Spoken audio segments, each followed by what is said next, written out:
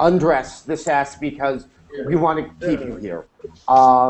We are hoping to spend maybe the next hour getting some interesting discussions going, some chat going. We also have some nice guys that have joined us here visually in the Google Hangout. We're going to be rolling them through and adding some new people later on. We are also going to be taking questions and opening up this discussion to everyone who's here vis-a-vis the chat client there. I want everyone to take a moment and wave, or virtually wave, or wave in your head at Jackie. Jackie wave backs. We all know who that is.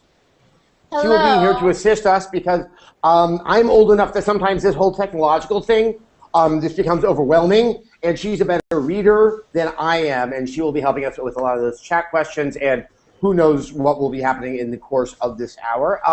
Once again, thank you guys for coming, and a special thanks to the guys in the front row right here who had to endure some technical, just kind of working this out to make sure it would be all okay. Let's start with our first question.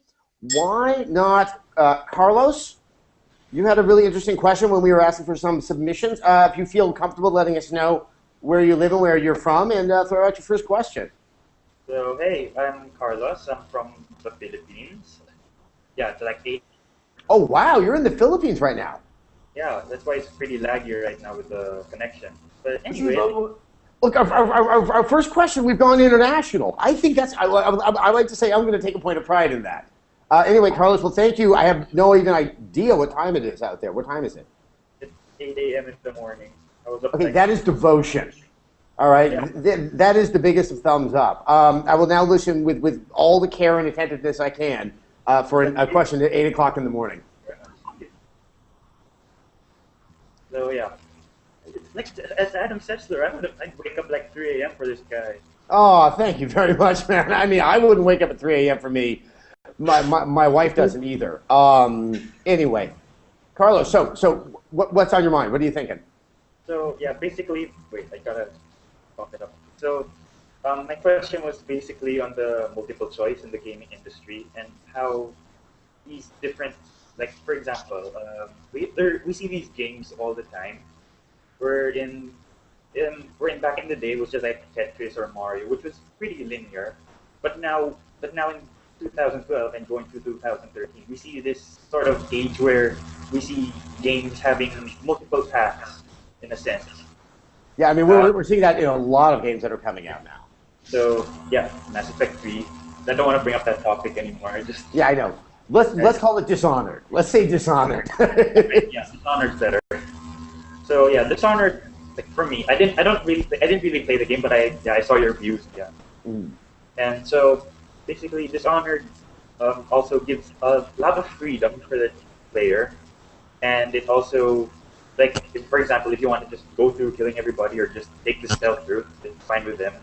As well with it, and I like how games have evolved from being so linear to ones wherein you can make the choices in how your character build pops out, and ultimately how the story goes. And like, for example, Mass Effect, it continues all the way until like installments in a sense.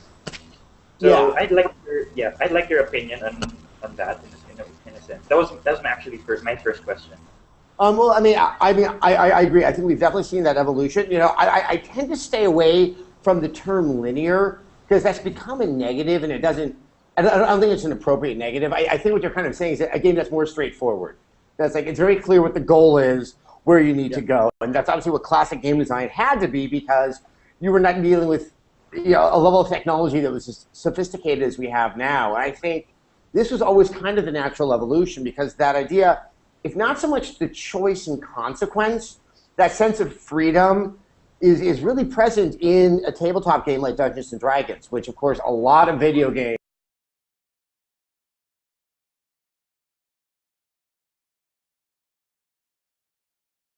that you make in the game and to see how it kind of, what those ramifications are. And to be honest, I'm actually leaning more towards the style of choice you see in a game like Dishonored or a game like XCOM than even Mass Effect, which I love the Mass Effect series.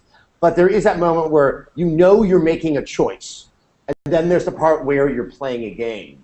And that we're now moving into some games that can be so kind of subtle that you're playing it and you are affecting some of that level of choice. And I think all that does is bring the player in a lot more and makes them feel a lot more responsible to what's happening on in the game. So, Carlos, thank you very much. I'm going to move on, and we're going to come back to you. I am not abandoning you, Carlos. You got up at 8 o'clock in the morning in the Philippines, and yes. But let's move on to Dominique. Hey, It's Jack from Nightmare Before Christmas, correct? Yeah. All right. I'm from I'm in Texas right now, but I'm having my college break from Nebraska. But my question was about morality and how if we're in the video game studio and we're making a game that we think is morally wrong, but if we take part in that, does that make us who are making that game morally wrong? Yeah, obviously that question becomes a lot more pertinent given the really bad things that happened back in Connecticut last week, and there's been a lot more discussion about games and violence in games. Yeah. I think it's hard to say that there's a game that's morally wrong. I think there's a very famous quote from Oscar Wilde in the introduction to The Portrait of Dorian Gray, where it says a book cannot be moral or immoral. It can either be well or poorly written. I think that there can be aspects of games that I take issue to. I think there's certain representations of certain cultures that you can find in a lot of games that I find very objectionable. So to say that a game is inherently sort of immoral, I think is a pretty strong statement. Although I think I know what you're getting to, is that if you're party to something that isn't completely right, does that reflect badly on you? And you know what? I'm going to flip that into a situation I can say I have not found myself in, which is if I'm working for an outlet that may not allow the pure journalism, where there can be an effect upon review scores from a publisher or someone who's an advertiser. But and I go along with that. Have I done something like that? And I think that's a tough choice because there's some people that have jobs and they need to feed their family. And we like to think that everyone can act with the utmost integrity at all times, but practical realities will intrude on certain situations. I think the best is if you find yourself in a situation where you're working on a game that you think there is something wrong and objectionable, you may be in a situation where it's not your game, and you may not be able to leave comfortably. I think the best is take something from that and try as quickly and as best you can to find yourself in a situation where that can happen less frequently. And, it has been a learning experience. So that's a really interesting question. Both of you are I'm hitting morality and choice in the first two questions. Oh, I picked well. Thanks so much for that. I'm just going to move on to one more. Kevin? Where are you? Yes, I'm here. Okay, well, my name is Kevin, and I am from Trinidad and Tobago. Oh, wow. Look at this. Within three people, I have two people that are not in the U.S. I'm sorry, this is just kind of awesome. I like this. This is what the internet is supposed to be about, is that it's not just I'm talking to Bob from down the street. So cool. Anyway, Kevin, sorry to interrupt. No, it's okay. I'm glad you like it. So my question, well, it's 8 p.m. over here, by the way, so just in case you wanted to know. Now my question is mainly about next gen. Mm-hmm. So one thing that kind of annoyed me with this current generation is that the game development cycles were just so long. There was a wide gap between part 1 and maybe part 2 of a game, or which game are you thinking about? I'm just curious. I am thinking about Grand Theft Auto between 4 and 5, even though there was some DLC stuff and whatever. I'm just looking at the time difference between Grand Theft Auto 3 and maybe Vice City, which was 1 year, and then with GTA 4 and 5, aside from the DLC, it was maybe 4 or 5 years or something like that. And I think it's because of the big container that hardware developers, console makers, have given artists and programmers to fill with all this detail and whatever to make the games look better. So I'm thinking, should we really consider just improving graphics and possibly stretching out more development cycles and increasing the cost of games in the process? Or should they focus more on making the console something more multi-purpose and stuff? No, it's an excellent question. I mean, I've always likened kind of what happens with advances in technology. It's like building a bigger warehouse, which is just going to take more time to fill it all the way up.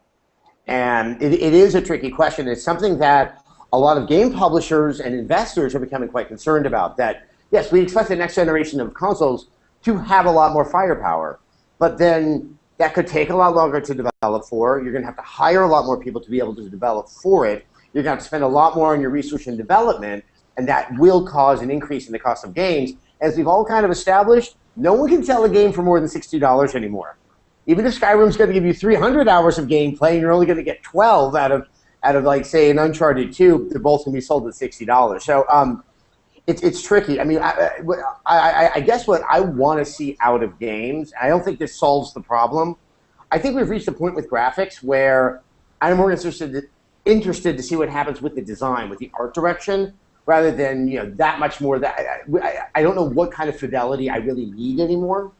But what I am looking for is stuff that's a little bit more under the hood, like the artificial intelligence, like the independent animations. That when looking at that little glimpse of a game that we saw for Watch Dogs from Ubisoft, I'm not saying the game's going to do this, but what it was kind of trying to promise was you could have that many independent artificial intelligences that can react to what you're doing, and they carry with them these procedural animations. That would be visually quite stunning, and it really would be something to do with a lot of additional processing power. That does not exactly answer your question, which is, should they even do this, or is it going to make games cost too much? I think the thing is, it's kind of like the joke from Annie Hall about sharks. They have to keep on moving or they're going to die. That if you look at the game industry as one of these sharks, we want it to stay alive, and I think by that it has to take a lot of this risk, be it financial or otherwise, to be able to innovate, to figure out how to do something and to bring the cost down. The only thing I would correct you on a little bit is, you're right about Grand Theft Auto taking so long, but they like to change their technology, because the same technology was kind of under the hood for Vice City and San Andreas. Then it jumped to 4, and we're seeing yet another jump to 5, which is one of the reasons why. I mean, and I guess we did have 2 spin-offs or add-ons for Grand Theft Auto 4. But I've actually gotten more frustrated with how frequently we've been seeing sequels come out. I didn't need Uncharted 3 2 years after Uncharted 2. Like, there was something so good and rich and satisfying with Uncharted 2, I didn't need to wait 2 more years. And, we have, look at EA. We got Dead Space 3 coming out next year. We have Crysis 3 coming out next year. And for other reasons I don't know, we have another Army of 2 game. I mean, they didn't go away long enough for me to even realize I wanted to miss them. And they decided to come back. I have relatives in my life who behave this way, and probably with less intrusiveness than some of these franchises that just probably need to kind of go in a corner and regroup and come up with a better idea about how to present itself. But Kevin, thank you so much. Jackie, I just want to check in how we're doing here. We are good. Interesting comments in the chat. People were talking about how, like, if people, who was it? Colleen said graphics in a game is art style. It's hard for developers to express that graphical art style if the hardware is limited, which we, I think, saw in, like, Skyward Sword with Zelda. Yes, if you're talking about the Wii, I think what's so painful about the graphics of Skyward Sword, and I'm saying graphics, not art direction, is because the art direction was so good. And you couldn't, you had to kind of look through this filter of it trying to deal with this limited graphical processor to be able to appreciate it. To me, one of the most mystifying decisions that Nintendo has made is that, why didn't they release an up-res version of Skyward Sword for the Wii U? That would have been like, I mean, everyone loves buying 3 or 5 DSs in the course of a life cycle. I think getting like a better-looking copy of a game that was fundamentally good sounds like a great idea. Anything else?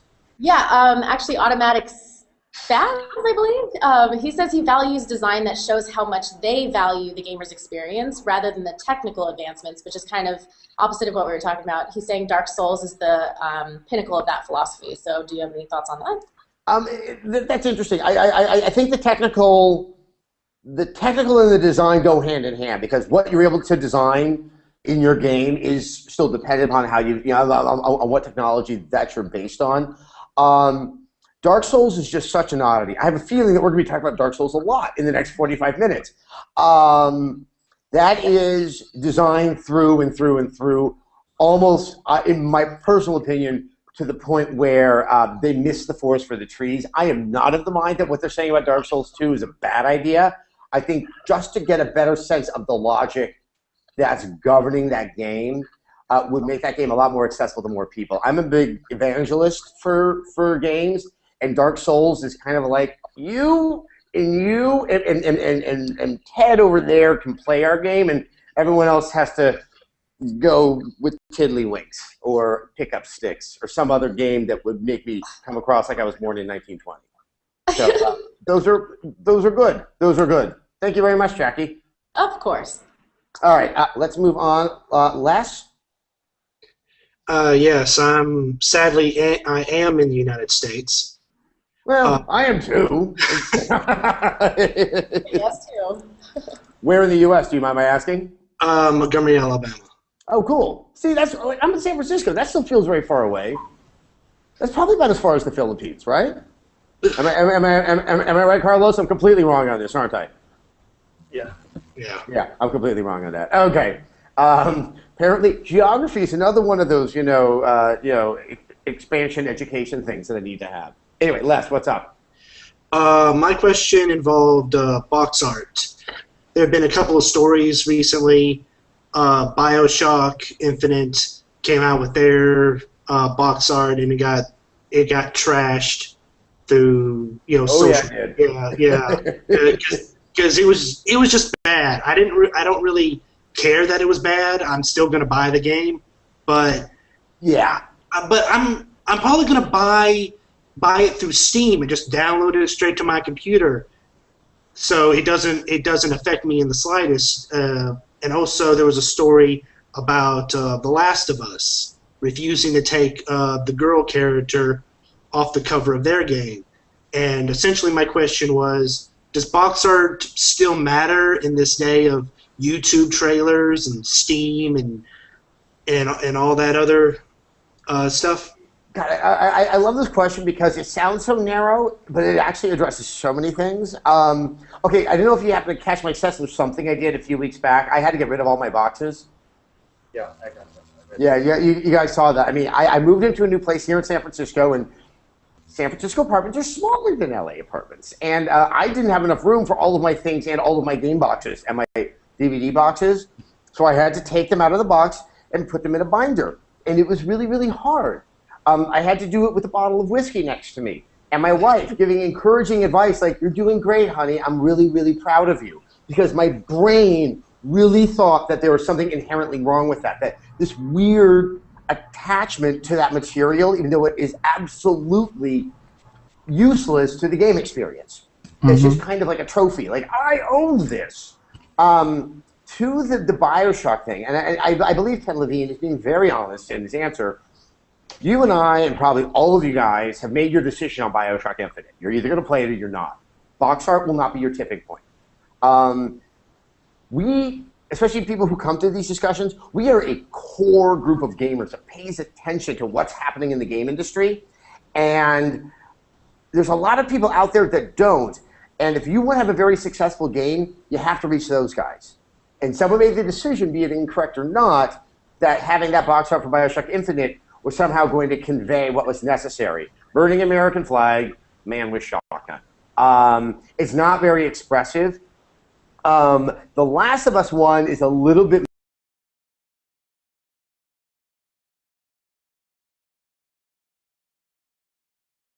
nobody would buy it. And that's a little troubling. I think what it tends to be is that we worry about more like kind of what the marketing reflection is, as I think as Americans. Great example that isn't contemporary. Go look at the European box art for Resident Evil 4. It is the most badass cover I've ever seen. It's just kind of a silhouette of a forest, and at the end of it, you see the guy with the chainsaw, but it's just a silhouette with the bag over his head holding the chainsaw. And it really is evocative for the game. Go look at the American box art. It's like, people with guns, shoot! And that's pretty much the impression of it gives you of what the game is. And I think that we look at a lot of this marketing as kind of what marketers think of us, and it makes us very angry and frustrated, and that's what happened with that. No, box art has no role in anything. It's just, it really is just a trophy. That was the most long-winded, answer, Les, but thank you for the question because I needed to get that off my chest. Jackie, checking in. Ooh, we lose you? We may have lost your microphone. I am trying to mute this person. Are we talking to somebody here? Yeah. Yeah, sorry, there's some static. Hey, Michael? Yeah, I'm here. Gotcha. I gotcha. There we go. Okay. Yeah, so Ant-Man is actually saying that box art generates memories. Like when you see or touch the old game covers, it evokes emotion, which adds value to the overall game experience. That's true. So it's more maybe you know, a macaroon can also bring back memories of your entire life. I think it's. I mean, look, you're right. It does bring back memories and things like that. But there's that point where you might start. You may start fetishizing things that are increasingly tangential to the experience, and sometimes it just like our obsession with special editions. And oh my God, I wanted to get the silent shotgun in Splinter Cell because who's ever heard of a silent shotgun? It's almost like we keep on coming up with these distractions that get away from what the core is, which is the game. And I mean, it kind of goes back to back when I was doing TV. This need for exclusives all the time. What you kept on doing is you were slicing the deli meat ever so thin so you could call that tiny little segment of it something exclusive. Like, I have the secondary costume for this fighter from Koei. And then it doesn't matter what that is. He just has to have the word exclusive in front of it. I think all of that kind of comes from the same logic that I would like to kind of get attention steered away from. Yeah. Michael. Yeah, I'm here. Where are you from? Oh, sorry. I'm from New York. Michael, hold on 1 second. I got something Okay. to we have a new guest that just joined us. Oh, we have another guest that just joined us. Yes, we do. Hey, new guest. What's your name? Are you talking to me? I think that's you. Hi, it's Hey, Randy. everyone. It's Randy Pitchford of Gearboxs Software. Oh, my Hello, God. Randy. Randy. Randy may make games, but sometimes he's so busy making them, he needs to come to me to ask some questions. How's it going, guys? Hey, Randy. How are you doing, Randy? I'm doing awesome. I just opened up this thing that was on my desk, and it says it's like an aliens thing. Ooh. And check it out. It's like a little book, and when I opened it up, like I literally just got this, and it makes a little pop-up face hugger come out, and it's just a notebook for that's what's going on. I literally just opened this. But if aliens pop-up books would be, I mean, it would probably encourage more kids to read. It would be that sense of surprise. I mean, it doesn't have to just be, because kids know something all normal like Winnie the Pooh. It's aliens. Kids know what aliens are for sure. I guess I don't know. So, Randy, I just have to ask you. So, okay, you put a game out in September that did really well. You then managed to get 2, or maybe the 3rd piece of DLC is coming, and you have. But yeah, we've been hitting it hard, but we love what we do. So, when you do what you love, you never have to work a day of your life. Hey, that's absolutely true. I play games and yammer on about them for a living, so I can say that I'm pretty. You know what I'm talking about. You know what I'm talking about. So, I mean, has there, outside of the stuff you have to work on yourself, has there been anything that's been on your mind about games in the game industry as of late? Oh man, you're gonna have to narrow me in on that. Like that's a broad statement. Okay, if you had a question to ask me here at my brand new job, all the 400 miles away from where I used to live. So you're in San Francisco now? Yeah, I'm in San Francisco. How's the weather? It is okay. And this is true. We've got a guy Carlos here from the Philippines, and we've also got a guy Kevin who's from Trinidad. So and I say, good warning to you. When you live in Northern California and San Francisco, just because the sun is out gives no indication as to how ass cold it actually is.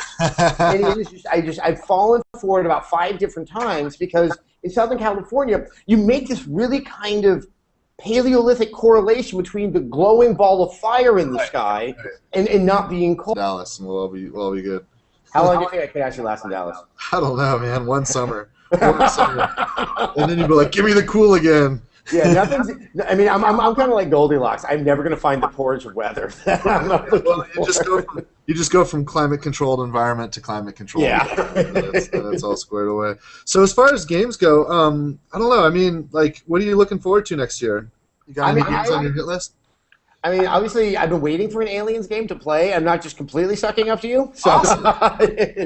but I mean, I haven't played an Aliens game since. I mean, I didn't do the most recent AVP game, so I guess it was AVP 2. Which once again, those marine levels really can be quite gripping. I can't remember if that was Rebellion or not. I like the AVP premise, and and some of the games have been really, really good. But for some reason, I don't really count that as Aliens because it's kind of like it's like a what if scenario. You know, it's like what if we had predators in this world? And I love the what if scenario, but it's never quite scratched my itch for the movie I wish those guys would have made after Aliens. You know. No, and also I find the P part too. I mean, the Predator is something it's hard to get your head wrapped around because it is so fundamentally a powerful being. Yeah, I mean, that sometimes to be able to create balancing, you have to gimp it a little bit, and that kind of undoes a lot of the fiction surrounding it. Yeah.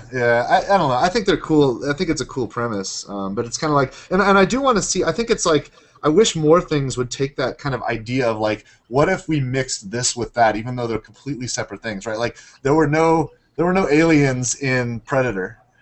No. Right?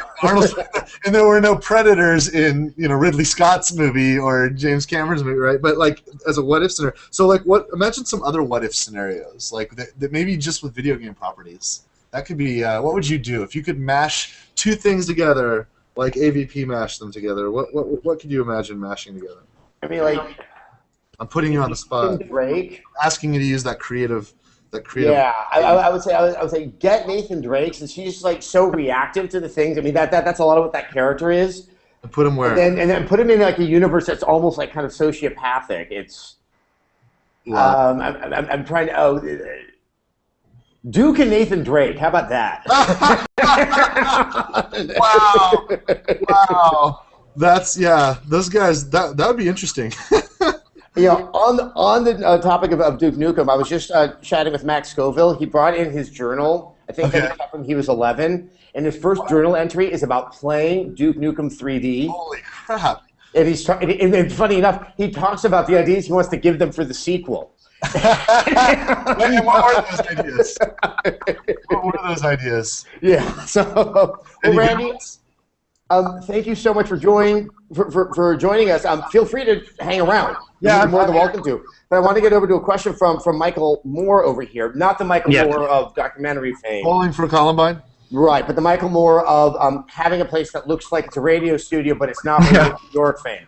Michael, what's your question? Well, my question was essentially about the PlayStation Vita. Do you think that Sony released it too late in the portable gaming life cycle of the portable gaming? I'm not sure. I think Sony, it's a bit gimmicky in a sense with the whole cross-buy, cross-play.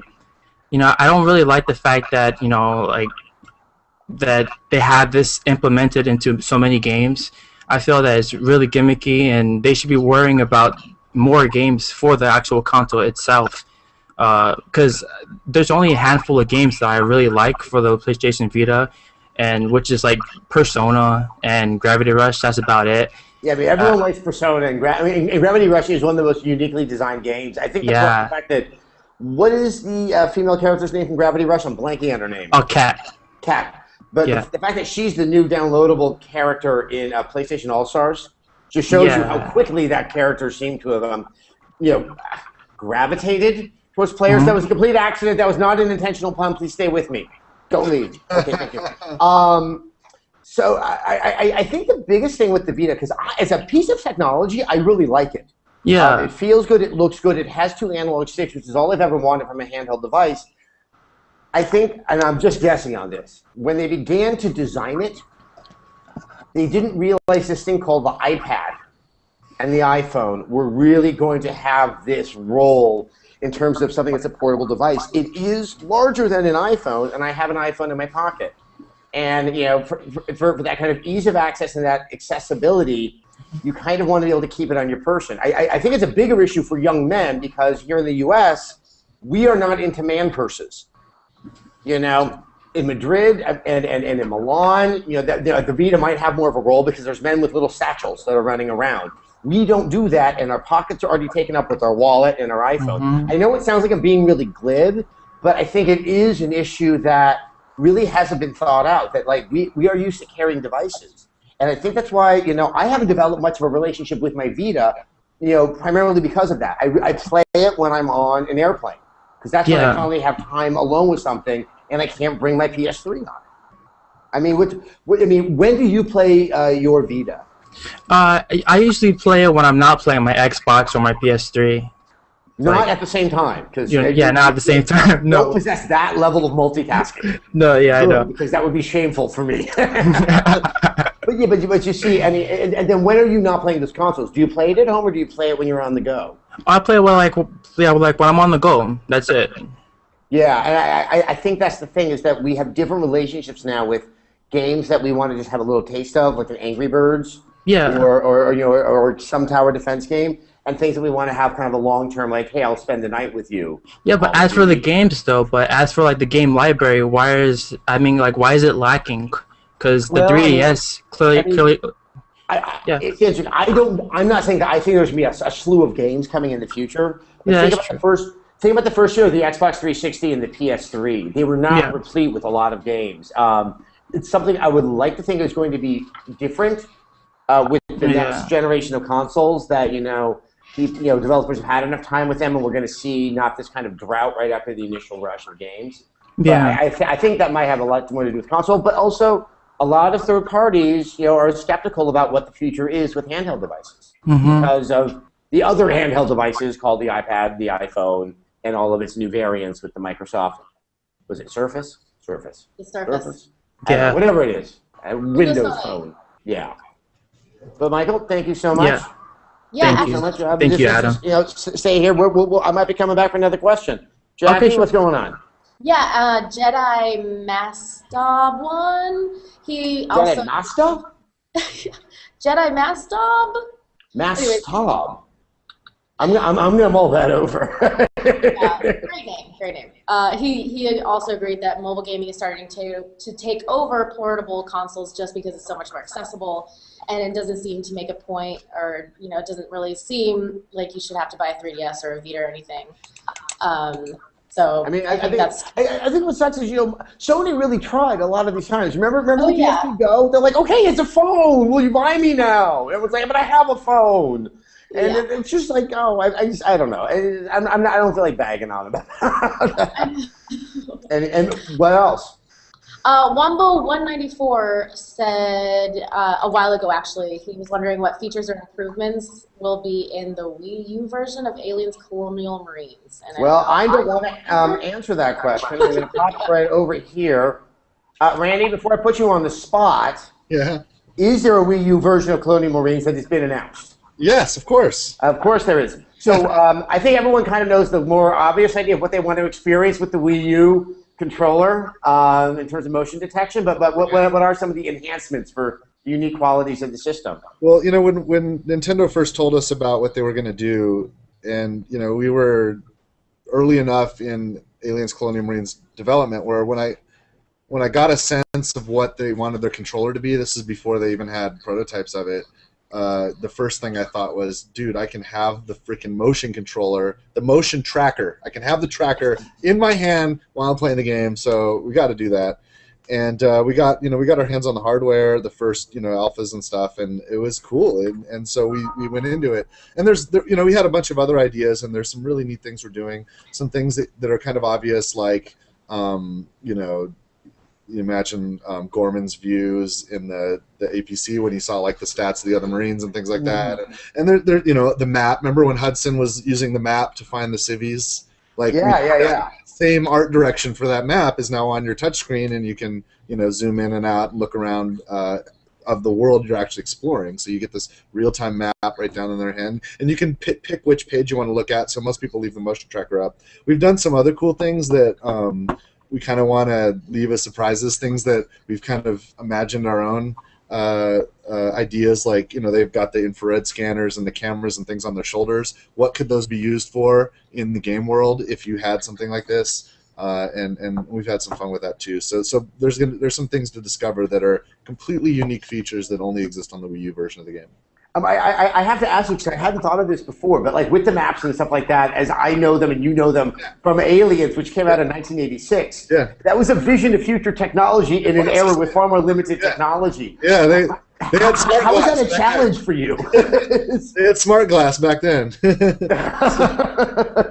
no, it's not a challenge. I mean, part of the fun of working on the game was like looking at all that source material and really reading into it beyond like just the simple references. You know, we had a lot of fun and things like that. Like one of my favorites is there's this part when Hudson is rattling off all the cool high-tech equipment the Marines have, you know, and he's like, we got phase plasma rifles, we got sonic electronic ball busters. What the fuck is a sonic electronic ball buster?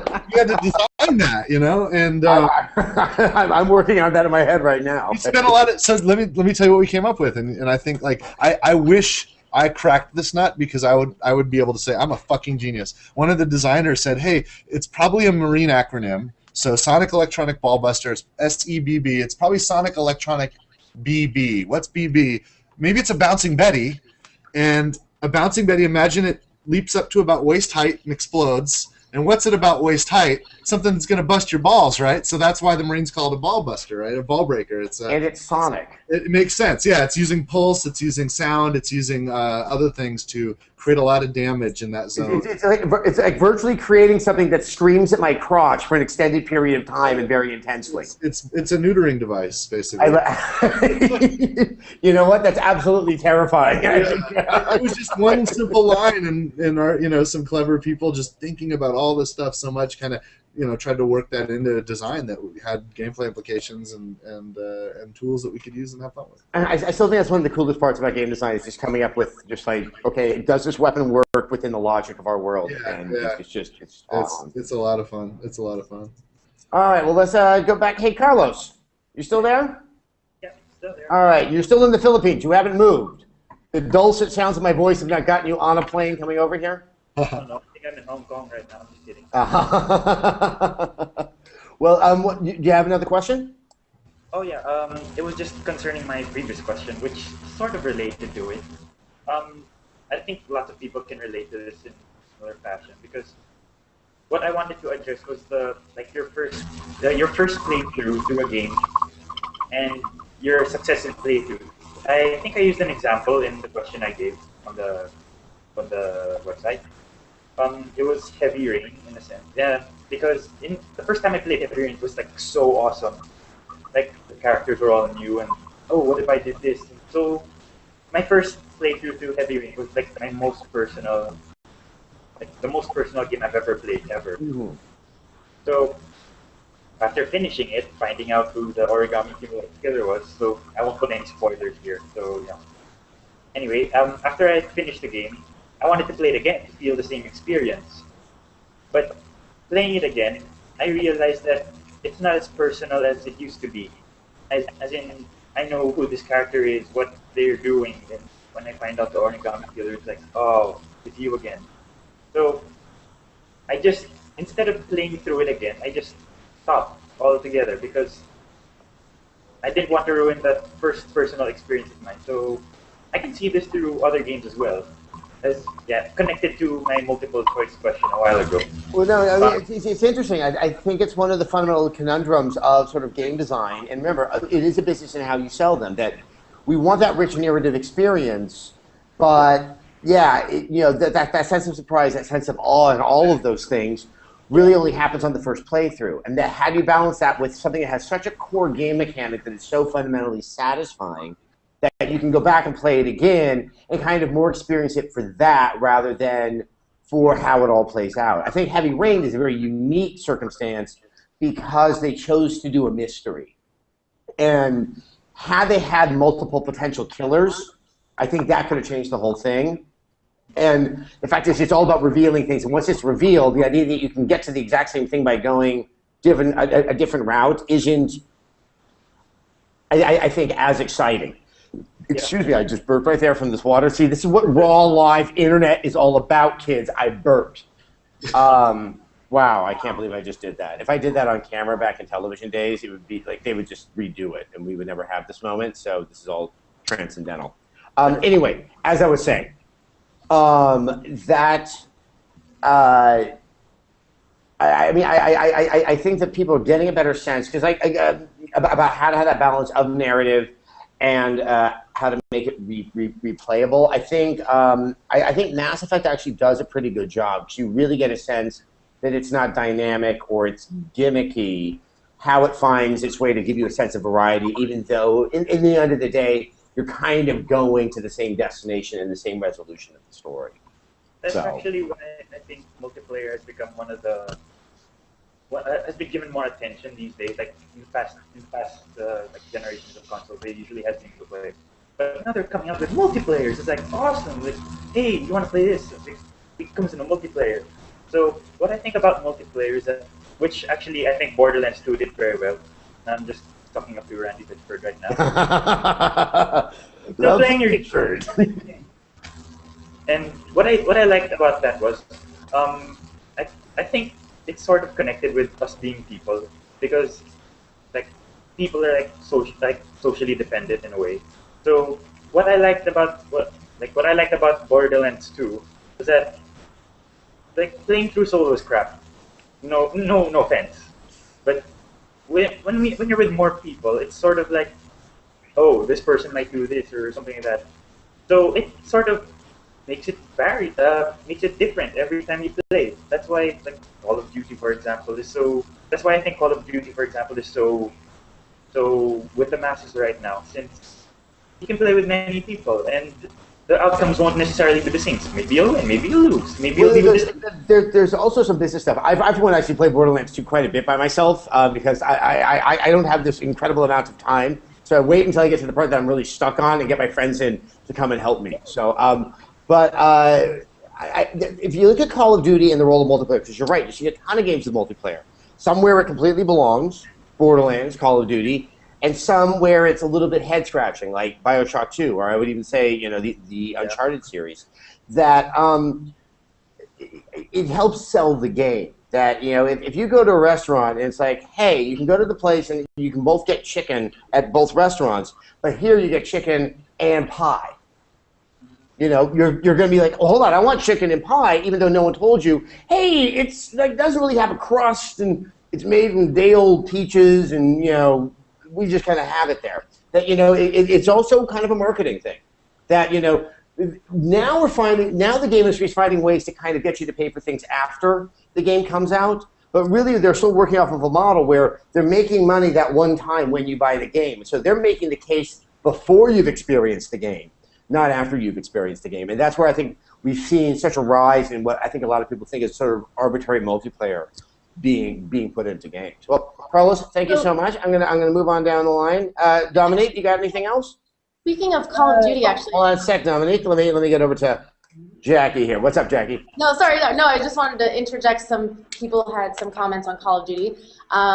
Max Monster Gaming, speaking of multiplayer, he said the simple answer is the friend factor, because people want to play with friends, and so obviously multiplayer is it's this friend word that I think I found so confounding. I need to get one of them, and it would probably change my entire gaming experience. Yeah, and then someone else was wondering if they, Thomas Varney says that, do you think a lot of, this is kind of not in the same realm, but it's, regarding Call of Duty. He says, do you think that a lot of franchises are dumbing down their games to achieve Call of Duty level sales? For instance, the fact that Mass Effect 2 gutted many of the upgrade paths from the first game. Okay, I'm just going to go ahead and respond to that one. I'm not cranky at anything. Okay, everyone needs to go back and play the first Mass Effect. It wasn't so much dumbed down, it was made playable when they moved it to Mass Effect 2.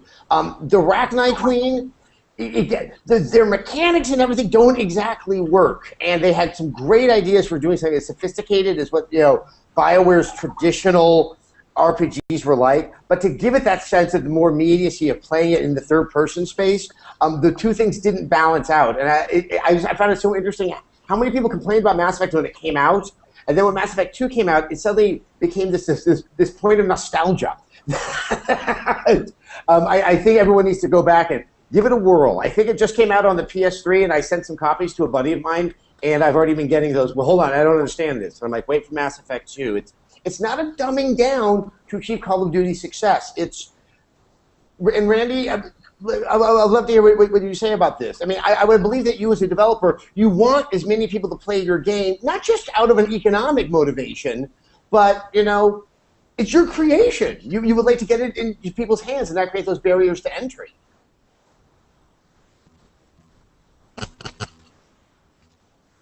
Oh, I think he's muted. Yeah, Randy, are you muted? Yeah, we muted you there for a sec. No, I think he might have muted himself. How about now? There you go. Sweet. For some reason, I didn't click it, but somehow it clicked itself. Magic. For some reason, there's this impossible conundrum that we somehow overcome to some degree of success. And the conundrum for a designer is this. Games imply challenge. They almost require challenge. But challenge is not a synonym for fun, right? So challenge represents obstacles and difficulty. And so this is the conundrum we have to solve. If there is no challenge to a game, imagine something without challenge, is that a game or is it maybe a toy? Right? It's a plaything that doesn't offer any difficulty to it. The barrier for each person, like what's challenging for some might be easy for others. What's easy for them, you know, somebody else might find difficult.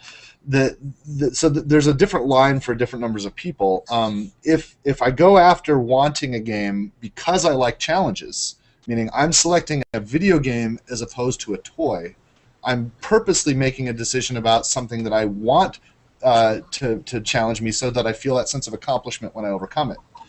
If we go so far as to make them entirely toys, we will risk not entertaining those that actually are seeking games because of that challenge, because of the sense of accomplishment we get by overcoming it.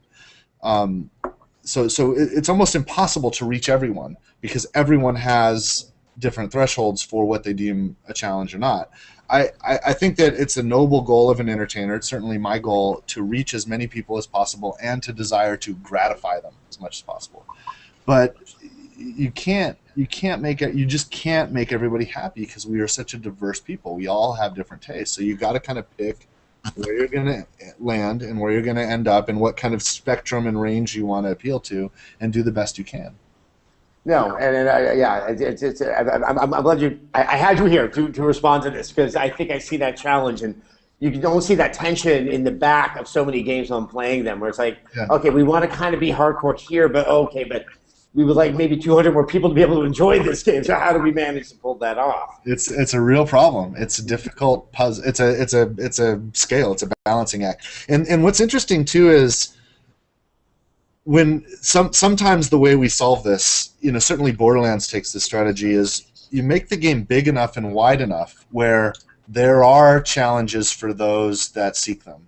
And there is ease of exploration for those that might have different thresholds for difficulty, that, you know, want something there from time to time, but you know, more or less the challenges become obstacles. Some people want the thing to be more like a toy, right? So Borderlands is kind of neat because if you find that if something is too difficult, when you reach that first wall, and we do put the wall up, there's points in the game where we say the game narrative will push you to the spot which will be too difficult for most players. And that's what proves to you that the RPG works. So some players muscle through it. Some people just continue to smash their head up against the wall until they develop either the skills or they've mashed their head up against that wall so many times that they've actually leveled up to a point where they can handle it. Other players break off and try something else. And they'll maybe go off and do some talent challenges or do some side quests. And then through that process, they actually become overpowered for when that moment that they come back to that wall again. And that now the wall isn't a wall, but it's like, you know, just a little tiny, you know, mound they can crawl over or step over because they've become overpowered by doing all those other things. And so that's an interesting strategy, and RPGs kind of showed us that path. In addition to having, you know, a larger world with many things to do, but there's lots of different strategies. You know, the typical linear shooter will just solve it by easy, medium, hard. You know, and sometimes they go casual, hardcore as 5 ranges. You know, so you have like something sub easy. That's you know, no challenge at all, and then something that's more extreme than what a typical hard is, It's for those guys that are that are on their 10th playthrough and they've memorized every single step of the game. See, and that's why you have a multi-core processor in your brain, and I do not. So I'm gonna move on to Dominique here. Dominique, did you have any other questions? Anything else? I have a question and a thought. So I'm gonna say my question first, if that's okay.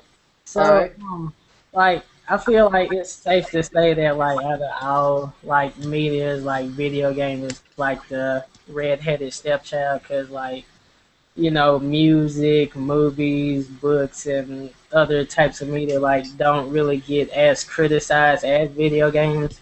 And for, like, storytelling in video games, like, it's, like, kind of limited because of that, because it's, like, criticized so much.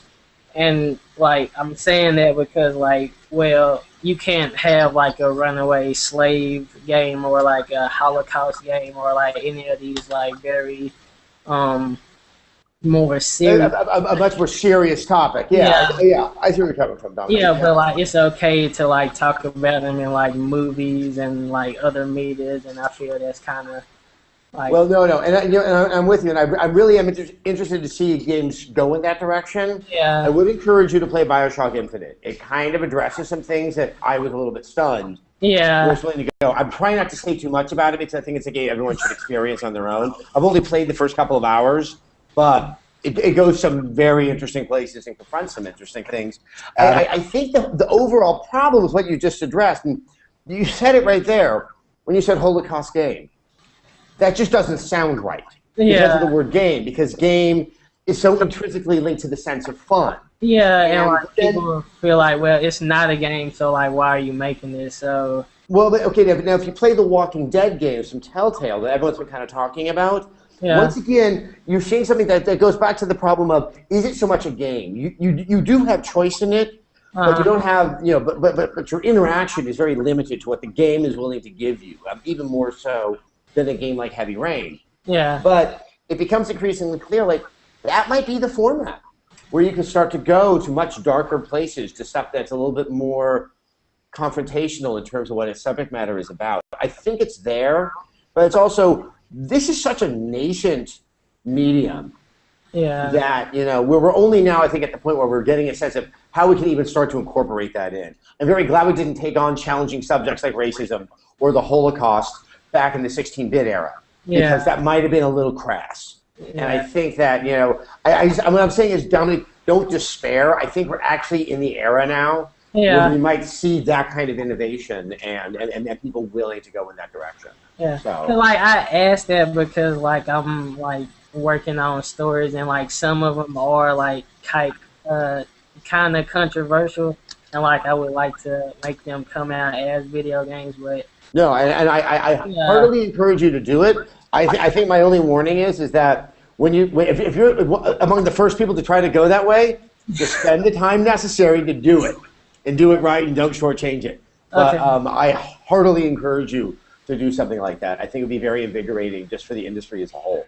And then my thought, like, recently, like, I watched this video on YouTube, like, by Dan Bull, and he was like, he had a song about Iron Man mode, and like it kind of made me think about like video games.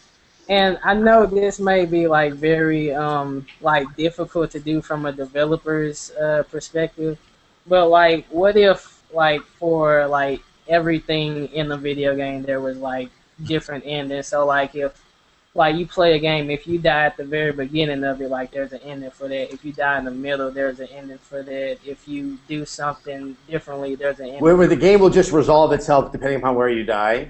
Where you die and what you do. So like it would be like a lot of choices inside, and like there would be like different like endings. So I mean, I think I see what you're getting at. We're starting to see some stuff like that as well. I go back, Yu Suzuki, who made the Virtua Fighter series, who also made the cult game Shenmue. It was a long time ago. I can't remember the interview, but he kind of played with the idea that he liked the idea that he could make a game that you would play, and when you die, the game's over. Like, you can't start the game over. The disc is useless. It's that, and once again, Iron Man mode plays on that. I think that, once again, with downloadable games and games that can be sold at a certain price point that make them a little less risky, where you don't need the same level of security, that we're going to start to see that type of innovation. Once again, have you played the Walking Dead games?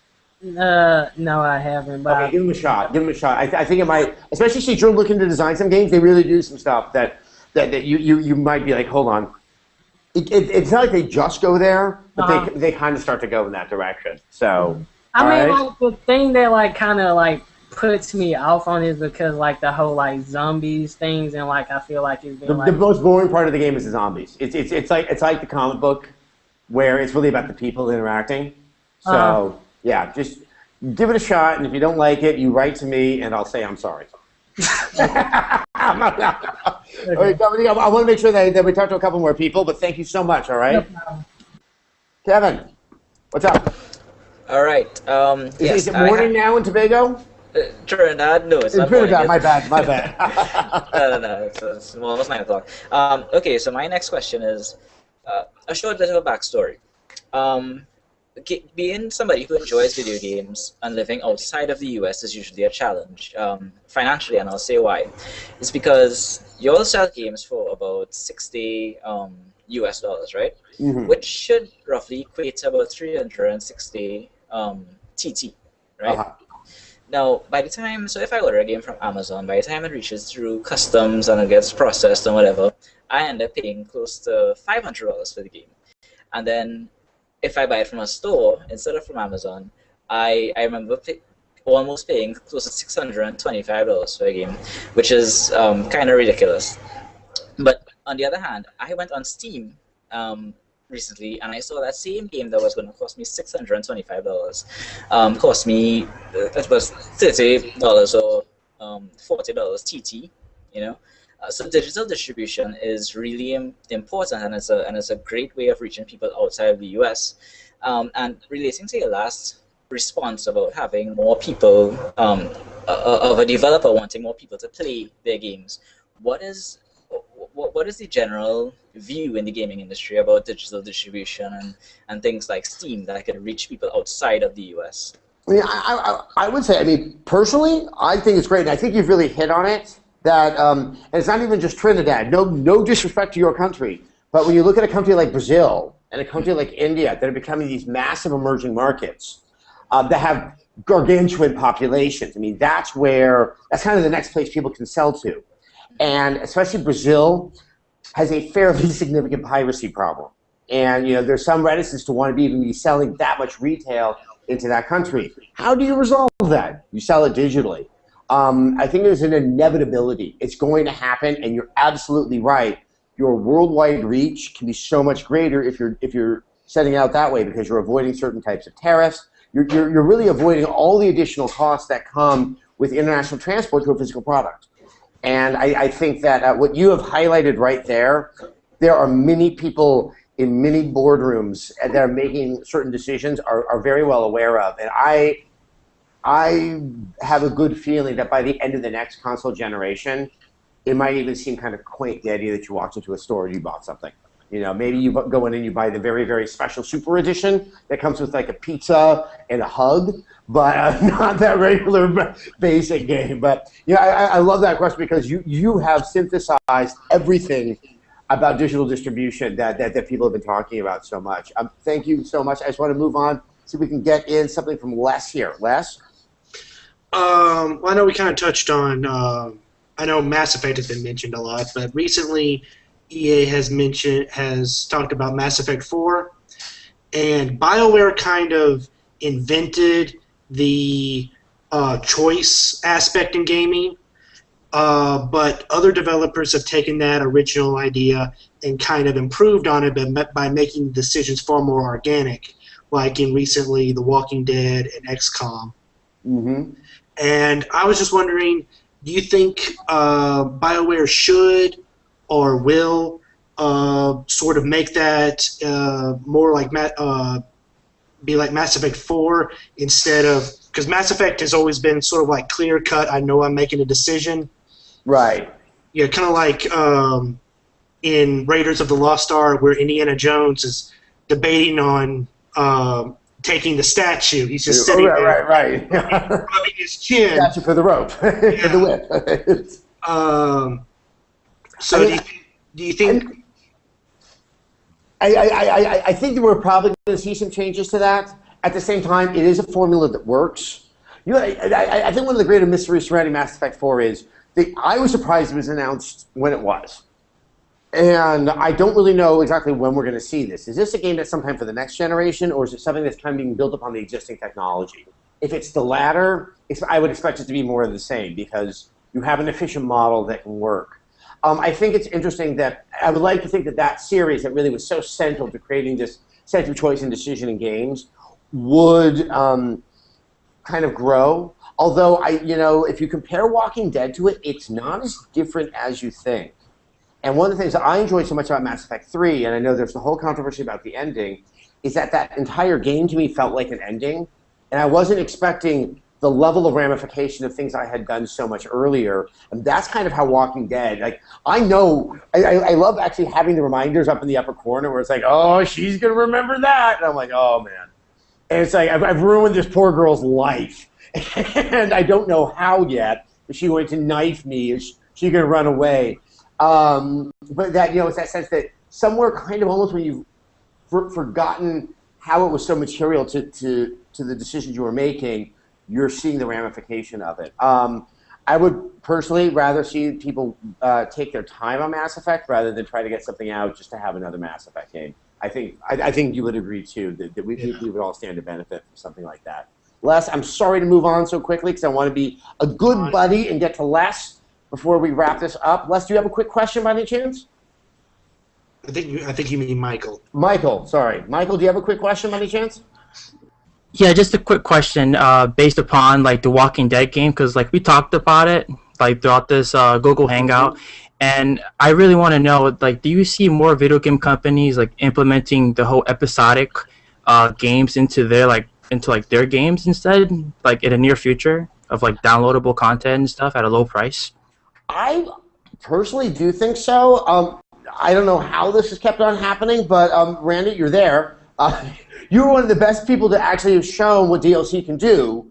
If you're there, you're frequent, and you're supporting. I mean, does that give you a sense that if you kind of look at what DLC is, it's kind of episodic following the initial purchase? I mean, do you think that there might be an industry shift towards things that are more episodic in nature? I've been making episodic games for years. I think there's a difference when you tell people before you begin, hey, these are going to be episodic games. I think you kind of counterfeit your ability to play with expectations and adapt your expectations as you go. I think that the more optimal strategies, you don't have to say, by the way, this is going to be episodic. You just say, hey, check this out. It's called Brothers in Arms. It's about these paratroopers. They're going to go into Normandy. And then, you do it, and then it comes out. And then, hey, check this out. Here's the next story with the squad. And it's a sequel called... Look, there's more to tell. Burned in Blood, And then, oh, guess what? There's more to this story. It's called Hell's Highway. And they're episodic games, basically. And the difference was, I didn't say at the beginning, hey, guess what? It's going to be 3 episodes. So, and the reason why that's important is because we want to be able to adapt. Things are always changing, and we're always learning. And our tastes are changing as customers, and the technologies are changing, and our ability to, use interactivity to entertain morphs as we learn more about what's working, what's not, and as we have new ideas. And so by leaving ourselves open, we kind of give ourselves more flexibility towards that. Imagine if Valve never said, hey, there's going to be 3 episodes after Half-Life 2. They just said, hey, we've got an expansion for you. It's called, More Time with Alex. And and then here's another expansion, and we're going to give it to you with the orange box, and we wouldn't be like, where's my episode 3? And they've probably moved on to some other things that are really interesting to them. But it feels to those of us that heard at the beginning Gabe say, hey, we're going to do 3 episodes of Half-Life 2 add-ons, we feel like there's been a promise there that hasn't been fulfilled.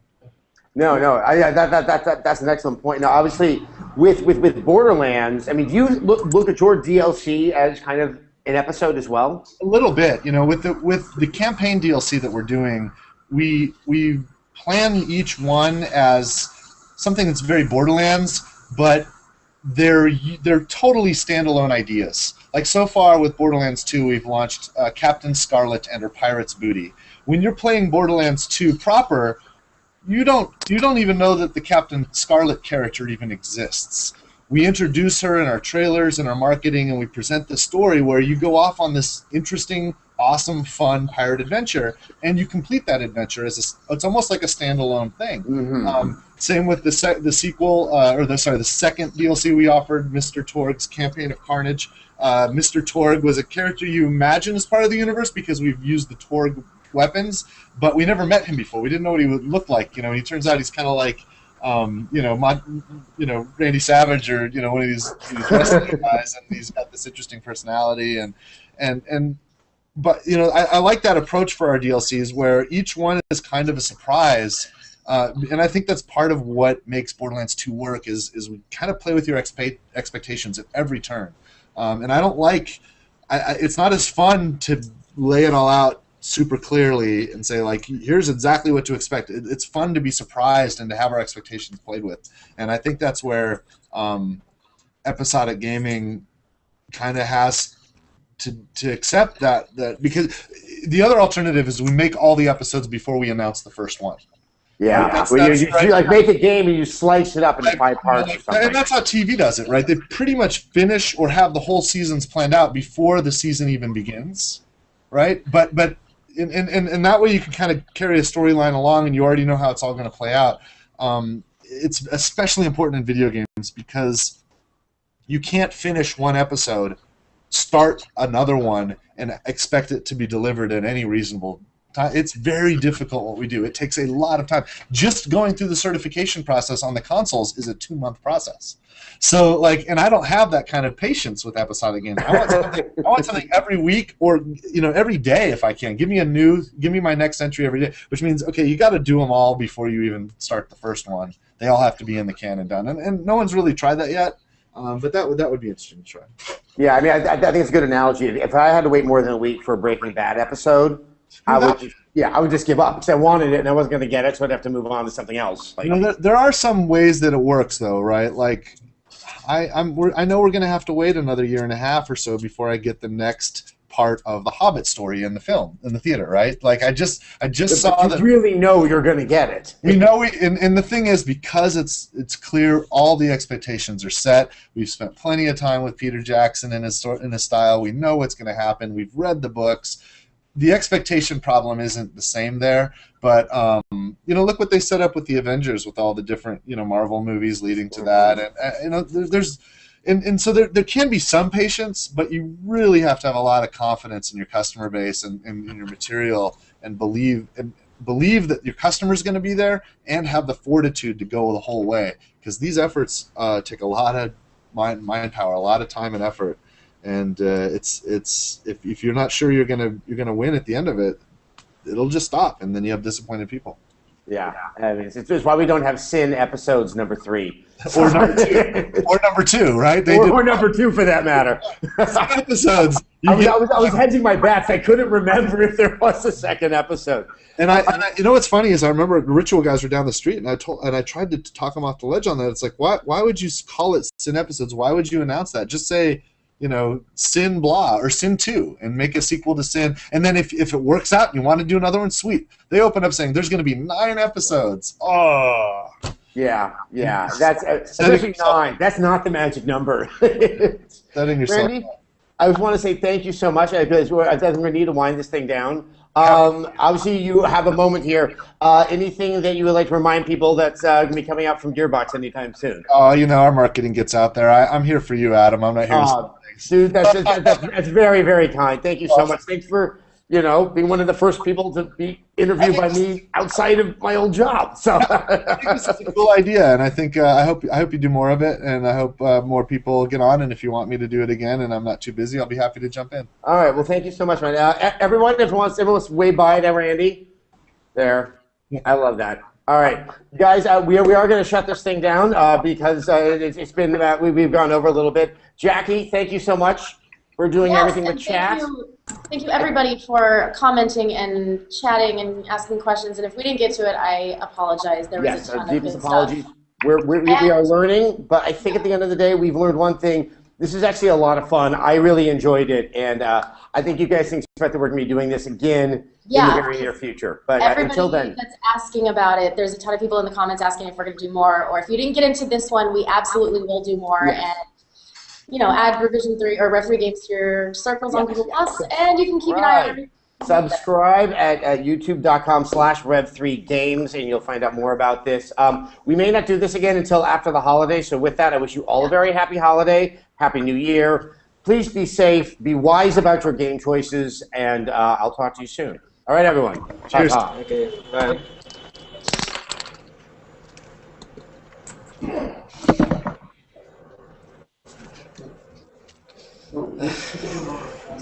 Well, that was fun. Thanks, everybody. Okay, bye. Bye.